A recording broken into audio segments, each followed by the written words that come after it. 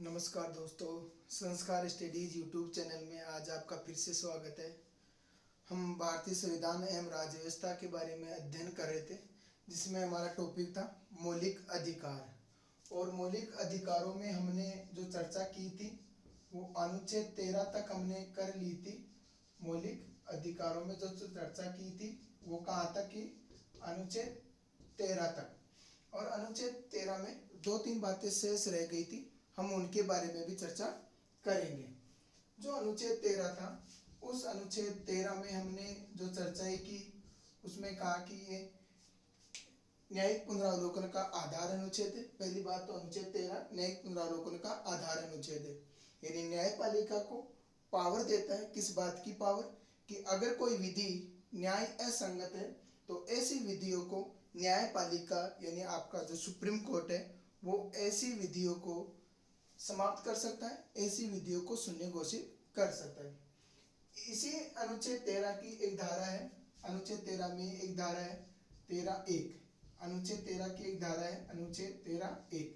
इस अनुच्छेद 13(1) में लिख रखा है यानी ऐसी विधियां जो संविधान पूर्व की विधियां है, संविधान पूर्व की, यानी हमारा जो संविधान लागू हुआ 26 जनवरी 1950 को, 26 जनवरी 1950 को जब हमारा संविधान लागू हुआ, इस संविधान लागू होने से जो पूर्व की विधियां है, संविधान लागू होने की जो पूर्व की विधियां है, अगर वो विधियां भी न्यायपालिका का यानी जो उल्लंघन करती है, यानी आपके मौलिक अधिकारों का उल्लंघन करती है, अगर नागरिकों के मौलिक अधिकारों का उल्लंघन करती है या कहे हम विधि विरुद्ध है, तो ऐसे कानूनों को भी, ऐसी विधियों को भी न्यायपालिका में चुनौती दी जा सकती है। और ऐसी विधियों को भी सुप्रीम कोर्ट यानी आपका जो उच्चतम न्यायालय है वो ऐसी विधियों को भी शून्य घोषित कर सकता है। यानी संविधान लागू होने से पूर्व की विधियां, संविधान लागू होने से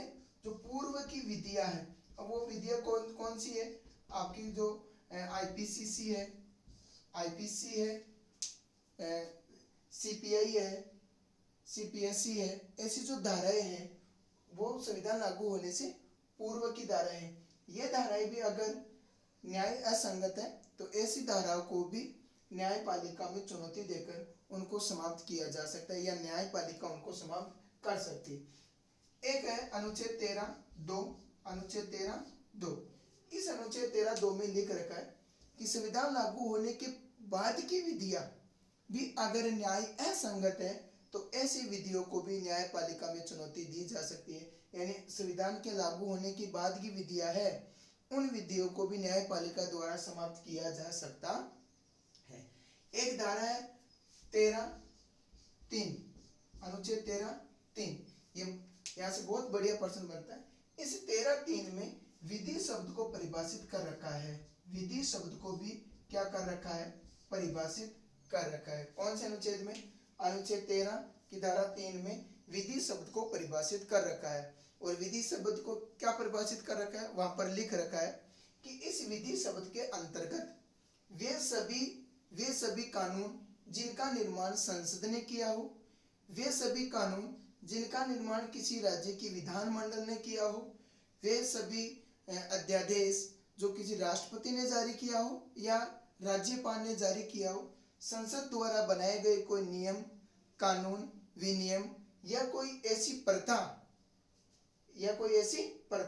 ये सभी प्रकार के कानून विधि शब्द के अंतर्गत आते हैं। एक बार पुनः सुनिए, विधि शब्द के अंतर्गत यानी विधि शब्द को क्या परिभाषित किया गया है? विधि शब्द को परिभाषा में लिखा गया है कि संसद द्वारा बनाए गए सभी कानून या राज्य के विधानमंडल द्वारा बनाए गए सभी कानून, राज्यपाल का कोई अध्यादेश, राष्ट्रपति का कोई अध्यादेश, संसद द्वारा बनाए गए कोई कानून, नियम या कोई आदेश या राज्य की विधानमंडल द्वारा बनाए गए कोई नियम, आदेश या कानून या कोई ऐसी प्रथाएं, वो सभी विधि शब्द के अंतर्गत आते हैं। और इस विधि शब्द को अनुच्छेद 13 शब्दकोश 3 में परिभाषित कर रखा है या 13 की धारा 3 में परिभाषित कर रखा है विधि शब्द के अंतर्गत।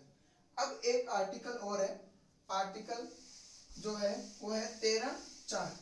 इस अनुच्छेद 13 शब्दकोश जो 4 में परिभाषित कर रखा है, उसमें यह मूल संविधान का भाग नहीं था, ये इंदिरा गांधी द्वारा या इंदिरा गांधी की सरकार द्वारा 24वें संविधान संशोधन 1971 में जोड़ा गया, 1771 में जोड़ा गया अनुच्छेद 13 शब्द को 4। इस अनुच्छेद 13 शब्द को 4 में लिखा गया 24वें संविधान संशोधन 1971 में प्रावधान किया गया कि जो संविधान संशोधन है, संविधान संशोधन जो विधेयक होते हैं, इन संविधान संशोधन विधेयकों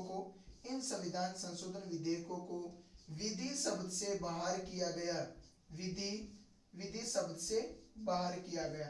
और विधि शब्द से बाहर करने से क्या मतलब हुआ, विधि यानी ऐसे संविधान संशोधनों को विधि शब्द से बाहर करने के कारण इनको न्यायपालिका में चुनौती नहीं दे सकते। संविधान संशोधनों को विधि शब्द से कब बाहर किया गया, 24वें संविधान संशोधन द्वारा 1970-71 में। किसने, इंदिरा गांधी की सरकार ने। इस विधि शब्द से संविधान संशोधनों को बाहर करने के लिए कौन सा अनुच्छेद जोड़ा गया, अनुच्छेद 13 शब्द को 4 जोड़ा गया। परंतु जब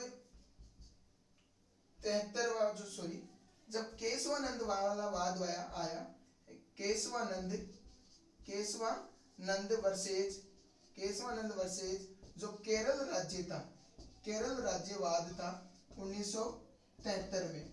इस वाद में सुप्रीम कोर्ट ने कहा कि जो 24वां संविधान संशोधन किया गया वो बिल्कुल सही है, संवैधानिक है, परंतु याद रखना अगर कोई भी संविधान संशोधन विधेयक संविधान के मूल ढांचे का उल्लंघन करता है तो ऐसी विधियों को भी, ऐसे संविधान संशोधनों को भी न्यायपालिका में चुनौती दी जा सकती है। और आपको मैंने पिछले वाले वीडियो में उदाहरण बताया था 2015 में एन जेक वाला 99वां संविधान संशोधन, उनको न्यायपालिका में चुनौती दी गई और पूरे संविधान संशोधन को रद्द कर दिया गया। यानी संविधान संशोधनों को विधि शब्द से तो बाहर कर दिया गया 1971 में, परंतु 1973 में केशवानंद बनाम जो केरल राज्यवाद है, इसमें सुप्रीम कोर्ट ने कहा कि अगर संविधान संशोधन भी संविधान के मूल ढांचे का यानी बेसिक स्ट्रक्चर का अगर उल्लंघन करते हैं तो इन संविधान संशोधन विधेयकों को भी न्यायपालिका में चुनौती दी जा सकती है। तो ये हमने अनुच्छेद 13 के बारे में चर्चा की।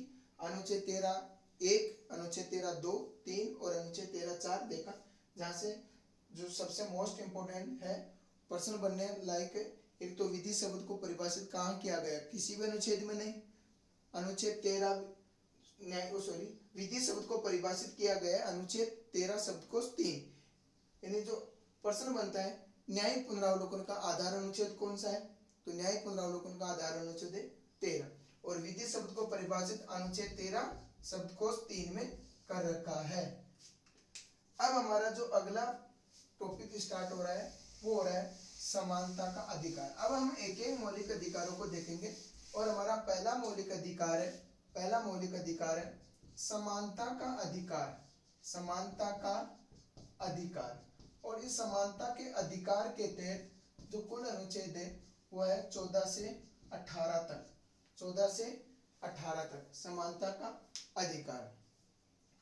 इस समानता के अधिकार के तहत हम एक एक अनुच्छेद, एक एक आर्टिकल पर अध्ययन करेंगे।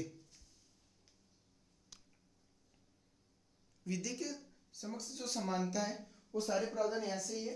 तो समानता का जो अधिकार है इसमें हम देखेंगे, पहला देखेंगे हम अनुच्छेद 14।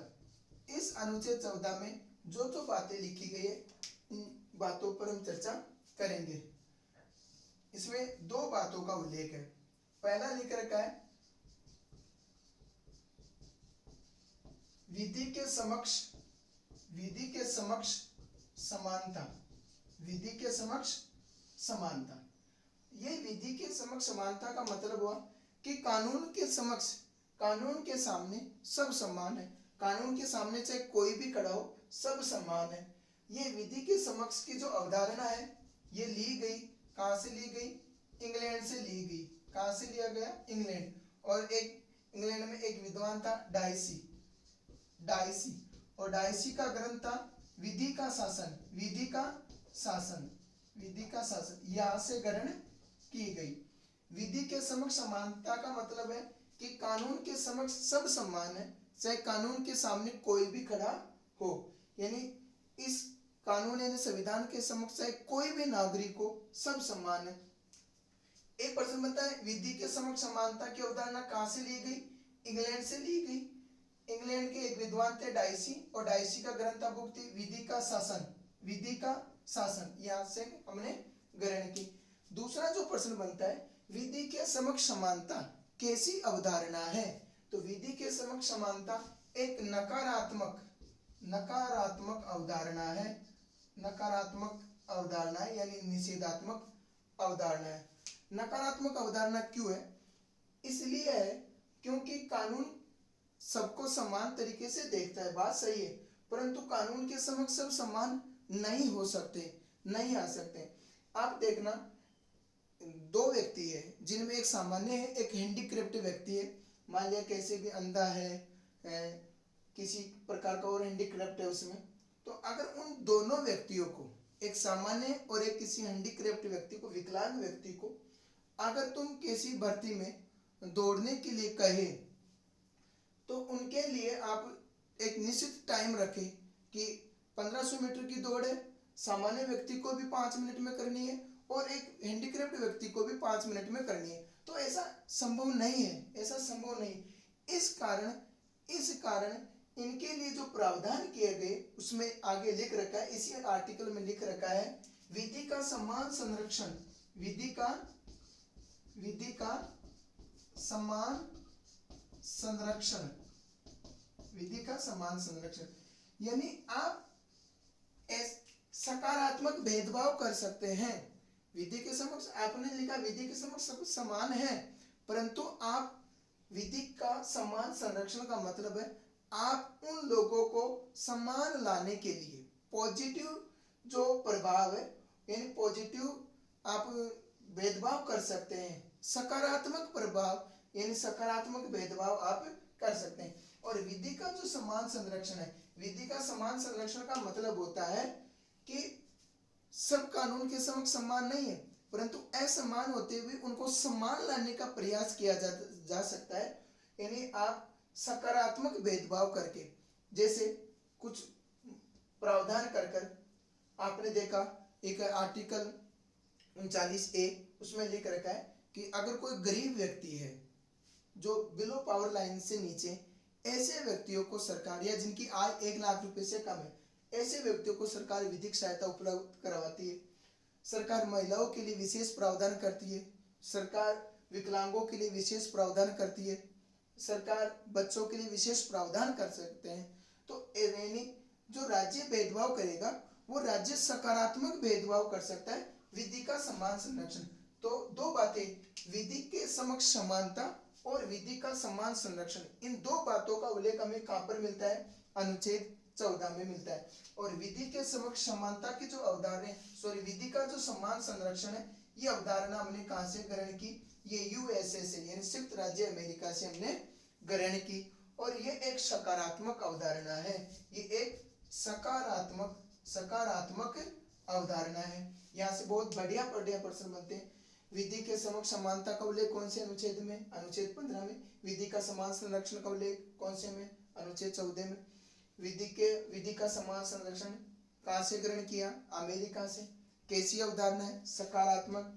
विधि के समक्ष समानता कैसी है? नकारात्मक अवधारणा है।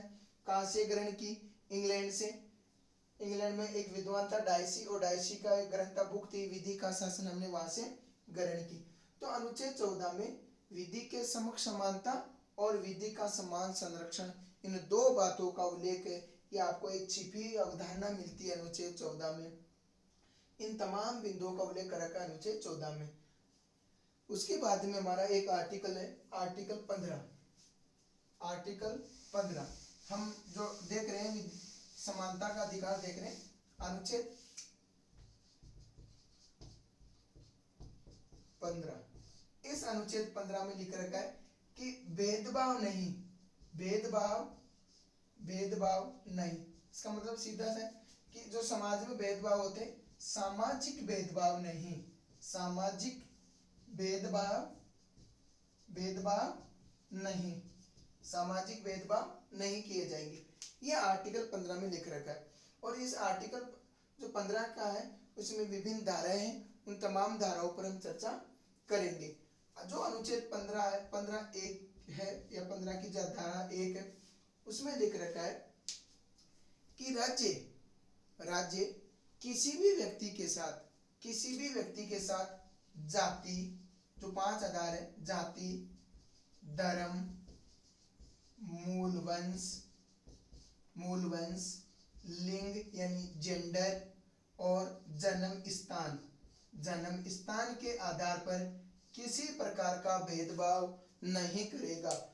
इन 5 आधारों के आधार पर राज्य किसी भी व्यक्ति के साथ भेदभाव नहीं करेगा। किसके आधार पर? जाति के आधार पर, धर्म के आधार पर, मूल वंश के आधार पर, लिंग यानी जेंडर के आधार पर और जन्म स्थान के आधार पर किसी प्रकार का राज्य भेदभाव नहीं करेगा। यानी किसी प्रकार का कोई सामाजिक भेदभाव नहीं होगा।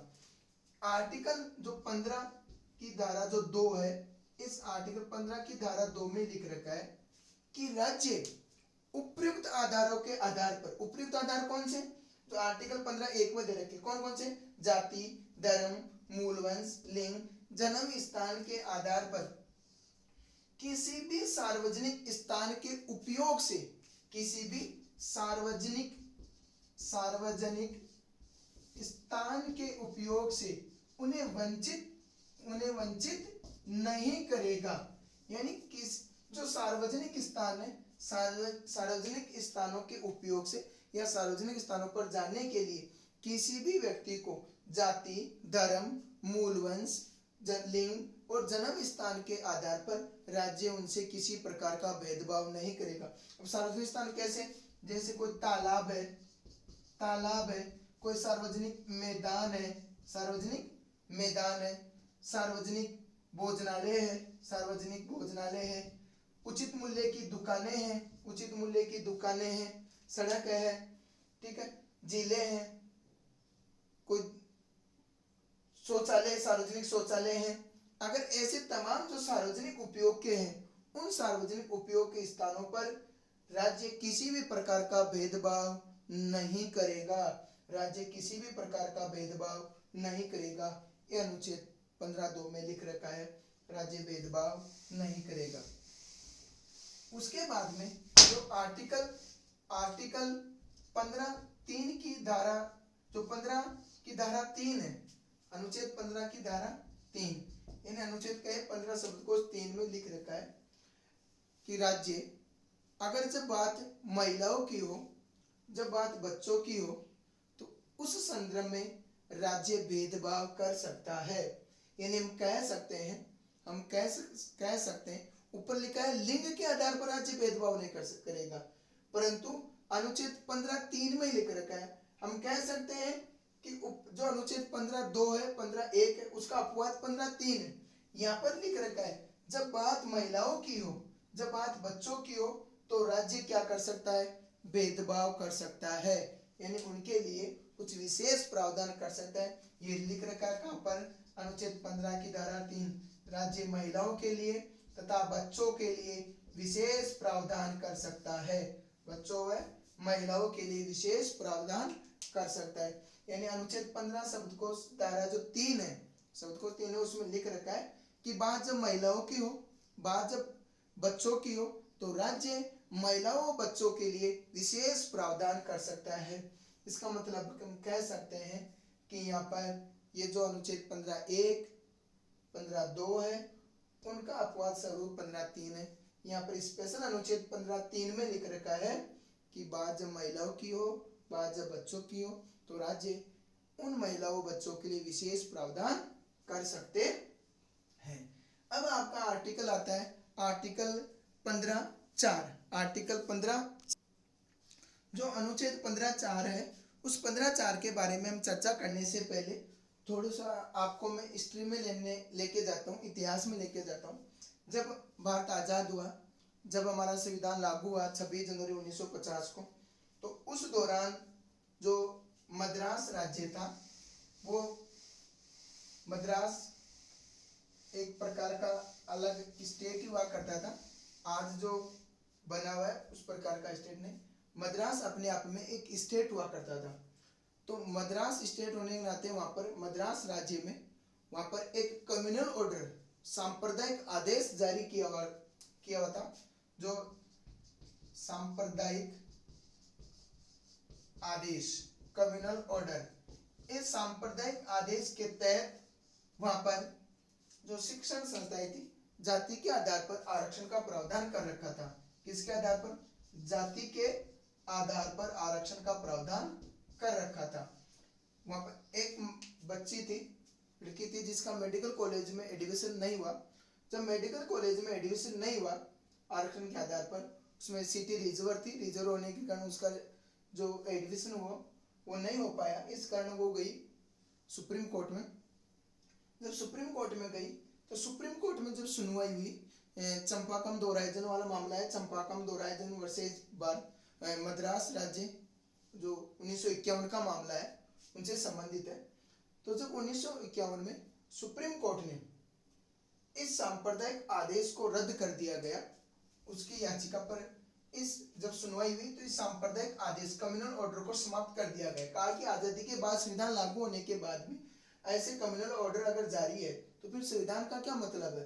तो इस सांप्रदायिक आदेश कम्युनल ऑर्डर को खारिज कर दिया गया और सुप्रीम कोर्ट ने फैसला दिया कि जाति के आधार पर किसी प्रकार का कोई आरक्षण की व्यवस्था लागू नहीं होनी चाहिए। जाति के आधार पर किसी प्रकार के आरक्षण की व्यवस्था नहीं होनी चाहिए। इस सुप्रीम कोर्ट के दिए गए आदेश के प्रभाव को समाप्त करने के लिए सरकार ने क्या किया? प्रथम संविधान संशोधन किया। प्रथम संविधान संशोधन किया और ये प्रथम संविधान संशोधन कब किया गया? 1951 में किया गया। जब संविधान सभा संसद के रूप में कार्य कर रही थी तो ये प्रथम संविधान संशोधन उस संविधान सभा द्वारा जो संविधान के रूप में कार्य कर रही थी उसके द्वारा प्रथम संविधान संशोधन किया गया 1951 में। और इस प्रथम संविधान संशोधन 1951 को इस 51 के तहत एक अनुच्छेद जोड़ा गया, अनुच्छेद 15 शब्दकोश 4, यानी अनुच्छेद 15 की धारा 4 एक नया अनुच्छेद जोड़ा गया। कौन से संविधान संशोधन द्वारा? प्रथम संविधान संशोधन द्वारा 1951 में अनुच्छेद जोड़ा गया, 15 शब्दकोश 4 अनुच्छेद जोड़ा गया। इसमें क्या प्रावधान किया गया? इसमें प्रावधान किया गया कि जो SC, ST तथा जो समाज के पिछड़े वर्ग के लोग हैं, समाज के पिछड़े हुए लोग हैं या जो जिनका अपर्याप्त प्रतिनिधित्व है, ऐसे लोगों को यानी समाज के पिछड़े हुए लोगों को शिक्षण संस्थाओं में आरक्षण देने का प्रावधान किया गया। यानी SC, ST तथा सामाजिक रूप से पिछड़े हुए लोगों को शिक्षण संस्थानों में आरक्षण की व्यवस्था की गई। कौन से अनुच्छेद द्वारा? अनुच्छेद 15 शब्दकोश 4 के द्वारा। कब जोड़ा गया? प्रथम संविधान संशोधन द्वारा 1951 में जोड़ा गया, जिसके तहत SC, ST यानी अनुसूचित जाति, जनजाति तथा सामाजिक रूप से पिछड़े हुए लोगों के लिए शिक्षण संस्थानों में आरक्षण की व्यवस्था की गई। इसे सुप्रीम कोर्ट ने चुनौती दी गई। शंकरी प्रसाद बनाम केंद्र यानी भारत सरकार वाद 1951 में, शंकरी प्रसाद बनाम भारत सरकार वाद 1951 में चुनौती दी गई, परंतु सुप्रीम कोर्ट ने इसको खारिज कर दिया गया इस चुनौती को। उसके बाद में एक है अनुच्छेद 15 शब्दकोश 5। इस अनुच्छेद 15 शब्दकोश 5 में जो प्रावधान किया गया, कुछ दिनों पहले लगभग 10-15 साल पहले प्रावधान किया गया था, जिसमें आपको पता हो तो दिल्ली के अंदर जो बड़ा एक जन आंदोलन हुआ था एम्स के अंदर, और वहाँ उस समय मनमोहन सिंह जी की सरकार थी, यूपीए सरकार। उस दौरान बड़ा जन आंदोलन हुआ। जब आरक्षण दिया गया था तो वहाँ पर SC, ST और सामाजिक रूप से जो पिछड़े वर्ग के लोग थे उनको शिक्षण संस्थानों में आरक्षण दिया गया था, परंतु जो उच्च शिक्षण संस्थाएं थे जैसे एम्स थे, IIT थी, IIM था, ऐसी संस्थानों में आरक्षण की व्यवस्था प्रावधान उच्च शिक्षण संस्थानों में आरक्षण नहीं दिया गया था। तो एम्स में बड़ा आंदोलन हुआ और वहां पर मांग की गई कि हमें उच्च शिक्षण संस्थानों में भी आरक्षण दिया जाए। तो इस अनुच्छेद 15(3) को, इस अनुच्छेद 15(5) था, इसको जोड़ा गया था 93वें संविधान संशोधन द्वारा 2006 में। 93वां संविधान संशोधन किया गया मनमोहन सिंह जी सरकार द्वारा और एक आर्टिकल जोड़ा गया अनुच्छेद 15 शब्दकोश 5, जिसके तहत SC ST तथा सामाजिक रूप से जो पिछड़े वर्ग के लोग हैं, इन पिछड़े वर्ग के लोगों को उच्च शिक्षण संस्थानों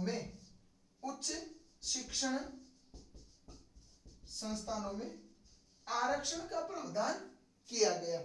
कब जोड़ा गया?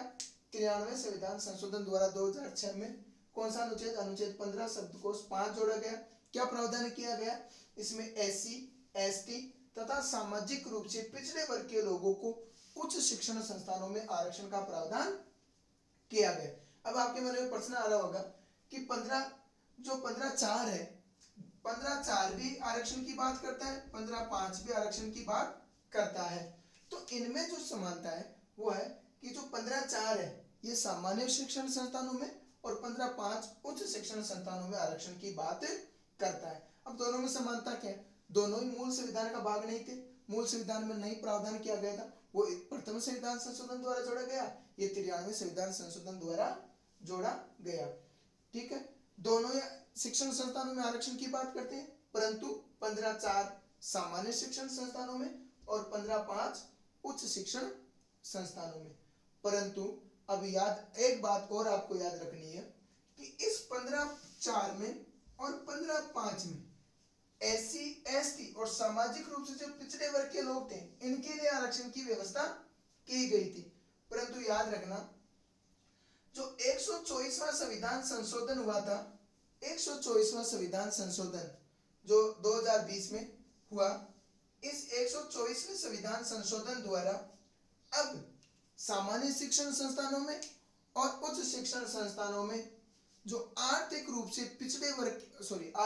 से जो सामान्य वर्ग के लोग हैं, यानी अब सामान्य वर्ग के लोगों को भी उच्च शिक्षण संस्थानों में और सामान्य शिक्षण संस्थानों में, यानी अनुच्छेद 15(4) और अनुच्छेद 15(5) में आपको जो प्रावधान मिलता था SC ST तथा सामाजिक रूप से पिछड़े वर्ग के लोगों के लिए आरक्षण की व्यवस्था, अब अनुच्छेद 15(4) में 124वें संविधान संशोधन द्वारा यह प्रावधान किया गया कि शिक्षण संस्थानों में आरक्षण अब किन किन को मिलेगा? SC ST सामाजिक रूप से पिछड़े वर्ग के लोग तथा आर्थिक रूप से पिछड़े हुए सामान्य वर्ग के लोगों को 10% आरक्षण की प्रावधान 10% आरक्षण का प्रावधान किया गया अनुच्छेद 15 शब्दकोश 4 में। और उच्च शिक्षण संस्थानों में भी आर्थिक रूप से जो पिछड़े आर्थिक रूप से जो सामान्य वर्ग के लोग हैं, सामान्य वर्ग के लोगों को आर्थिक आधार पर, किसके आधार पर? आर्थिक आधार पर भी अब आरक्षण दिया जाएगा, यानी उच्च शिक्षण संस्थानों में और सामान्य शिक्षण संस्थानों में। हम नौकरियों की बात करेंगे अगले अनुच्छेद में, यानी अब वो अनुच्छेद 15(4) में 15(5) में क्या लिख रखा है? वहां पर लिख रखा है SC ST तथा सामाजिक रूप से पिछड़े वर्ग के लोग तथा आर्थिक आधार पर सामान्य वर्ग के लोगों को शिक्षण संस्थानों में, सामान्य शिक्षण संस्थानों में तथा उच्च शिक्षण संस्थानों में आरक्षण दिया जाएगा। आपको बात समझ में आ गई होगी 15(4) और 15(5). ठीक है, इसके बाद में अनुच्छेद 16 आता है, वो लेंगे हम अगली क्लास में। आज की वीडियो में हमने अनुच्छेद 13 के बारे में चर्चा की, अनुच्छेद 14 के बारे में चर्चा की और अनुच्छेद 15 की जो तमाम धाराएं थी उनके बारे में चर्चा की। आज के वीडियो में हम इतना ही लेंगे, तब तक के लिए धन्यवाद।